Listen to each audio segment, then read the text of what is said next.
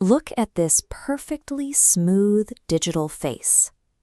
Now watch as it fractures into thick, raised ridges of dry oil paint.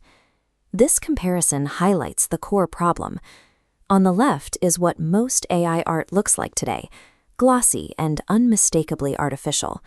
On the right is a portrait with the depth, shadow, and texture of a physical museum piece. We are going to build this exact aesthetic using a specific workflow in Midjourney and Flux. The goal is to force the AI to stop rendering flat pixels and start simulating physical art materials. If you want to sell your AI art as fine prints or use them for fantasy book covers, you have to break that default, recognizable AI look. This process shows you exactly how to do that.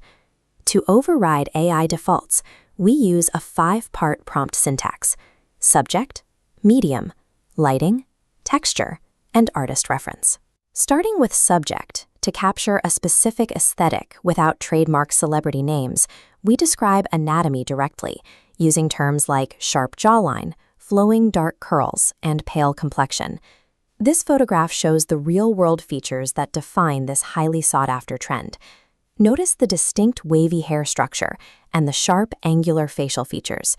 And here is a classical portrait. We see the exact same proportions: the long, dark curls and the intense, serious expression.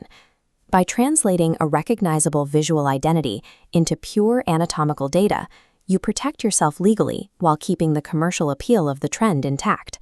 For our base generation, we use Midjourney version 7. Its engine handles shadow and composition far better than the alternatives. This Rembrandt painting demonstrates chiaroscuro, relying on extreme light and dark contrast to create a moody atmosphere. To force this directional shadowing in your prompt, ask for a single candlelight source. This creates a stark transition on the cheek into pitch black. If you stop there, the AI will still default to modern, highly saturated colors. You will get neon lighting instead of a historical palette. You fix this with color overrides. Add the word ochres, use burnt siennas, and sepia undertones. Securing this period-accurate lighting and color foundation is non-negotiable.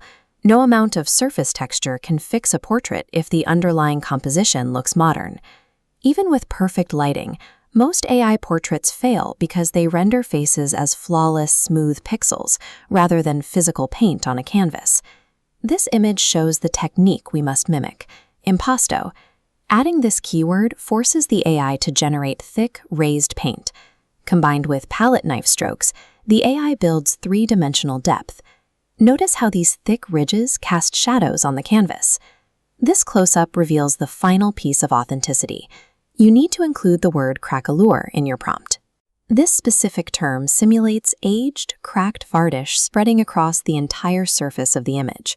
If you need this physical consistency to remain perfectly stable across multiple character variations, you can switch over to Flux Pro 1.2 and apply its texture lock parameter. Forcing the AI to calculate the physical properties of wet and drying materials hides its digital origins. It tricks the human eye into seeing a physical object rather than an image. To use your artwork commercially, you must upscale the final generation to a print-ready 300 dpi. Do not use standard digital AI denoisers for this step. Passing a textured image through a basic enhancer ruins it, blurring your carefully prompted brushstrokes back into flat plastic skin. Instead, use Midjourney's canvas mode or a texture-preserving tool like Magnific AI. These systems upscale the image while respecting the physical paint ridges. After the export, zoom in and check your work. You must visually verify that the woven pattern of the underlying canvas is still intact. Treating the final upscale as an act of digital preservation is what separates standard prompters from professional commercial artists. We now have our final high-resolution portrait. The dramatic shadows, the accurate color grading, and the heavy physical textures are all locked in. This file is ready to be printed as a premium fantasy book cover or framed in a gallery. You can take this exact 5-part formula and apply it to your own original subjects, personal photographs, or RPG characters. When you move past simple pixel generation and command the AI to simulate historical physics, you take control of the medium. You become a digital old master.